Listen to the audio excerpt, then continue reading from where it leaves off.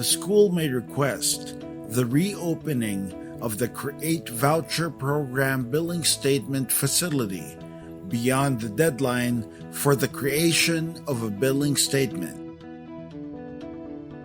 In the Reopening or Extension of Billing tab,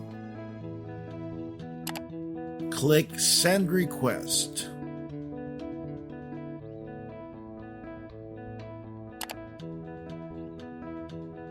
When a dialog box appears, select the school year.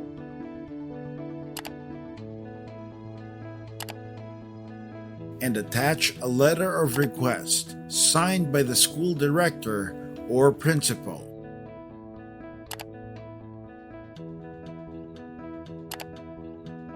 Click Send Request or click Cancel to close the dialog box.